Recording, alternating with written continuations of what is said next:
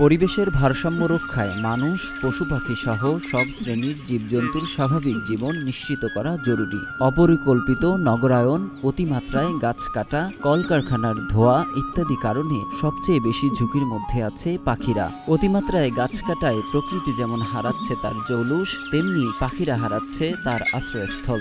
রাস্তা, বাড়ির পাশ ও বাগানের যেসব গাছের ডালে পাখিদের আশ্রয়স্থল, তা কাটা পড়ায় নিজের ও ছানাপোনাদের জন্য নিরাপদ জায়গা খুঁজে পাচ্ছে না পাখিরা। আগে বাবুই পাখি সহ নানা রকমের পাখি হরহামেশাই চোখে পড়ত স্থানীয় বাসিন্দাদের, কিন্তু এখন তা তেমন দেখা যায় না। পাখি প্রেমী স্থানীয় বাসিন্দা তানিম আহমেদ বলেন, আমরা প্রতিনিয়ত যে পরিমাণ বৃক্ষ নিধন করছি, গাছ কেটে ফেলছি, তাতে প্রত্যেক বছরে বৈশ্বিক উষ্ণতা বাড়ছে এবং পাখিগুলো তাদের আশ্রয়স্থল হারাচ্ছে। এজন্য আমি মনে করি যে প্রয়োজনীয় তাগিদে গাছ কেটে ফেললেও গাছ অতি মাত্রায় আমাদের লাগানো উচিত এবং রাস্তার পাশে যে সরকারিভাবে হলেও পদক্ষেপ নিয়ে হলেও পর্যাপ্ত গাছ রোপণ করা উচিত। এতে পাখিরা তাদের আশ্রয়স্থল ফিরে পাবে এবং আমাদের বৈশ্বিক উষ্ণতার হাত থেকেও আমরা কিছুটা পরিত্রাণ পেতে পারি। তবে এত সব সমস্যার মধ্যেও থেমে নেই পাখি প্রেমীরা। নিজ উদ্যোগে তৈরি করে দিচ্ছেন বাসা এবং ব্যবস্থা করছেন খাবার ও পানির। পাখি প্রেমী পথচারী রাব্বি আহমেদ জানান, তিনি তার নিজ উদ্যোগে তার দোকানের সামনে পাখির আশ্রয়ের জন্য নিরাপদ আশ্রয় তৈরি করেছে। এমন উদ্যোগ যদি প্রত্যেকটা গ্রামে গ্রামে নেওয়া হয় তাহলে পাখিরা নিরাপদ আশ্রয় পাবে।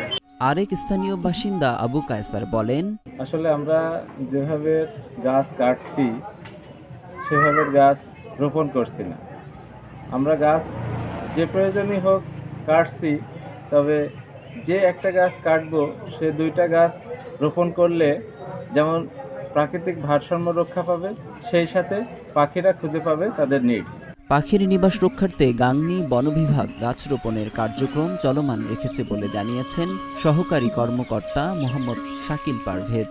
তিনি বেশি বেশি গাছ রোপণের উপর গুরুত্ব দিয়ে বলেন, বিধি মোতাবেক আমাদের গাছ যেখানেই কাটা হয় সেখানে আমাদের বাধ্যতামূলক আমরা গাছ লাগাই। আমাদের একটা বন বিভাগ থেকে নির্দেশনা থাকবে যে আপনারা একটা গাছ যদি কাটেন অবশ্যই 3টা গাছ সেখানে লাগাবেন। সেক্ষেত্রে প্রকৃতির ভারসাম্য যেভাবে রক্ষা পাবে, বন্যপ্রাণীর আবাসস্থল অর্থাৎ পাখপাখালিও সেখানে বসতে পারবে, তাদের খাবারের জায়গা থাকবে। পাখিদের এই বিলুপ্তির চিত্র এখন মোটামুটি মেহেরপুরের গাংনী সহ গোটা দেশের। পাখি ও পরিবেশ প্রেমীদের মতে বর্তমানে যেভাবে গাছ কাটা হচ্ছে সেই হারে রোপণ করা হচ্ছে না গাছ। এতে প্রাকৃতিক ভারসাম্য একদিকে দিনে দিনে যেমন নষ্ট হচ্ছে, অন্যদিকে পাখিদের সংখ্যাও ক্রমাগত হ্রাস পাচ্ছে। তাই প্রাকৃতিক ভারসাম্য রক্ষায় এখনই সবার সচেতন হওয়া জরুরি।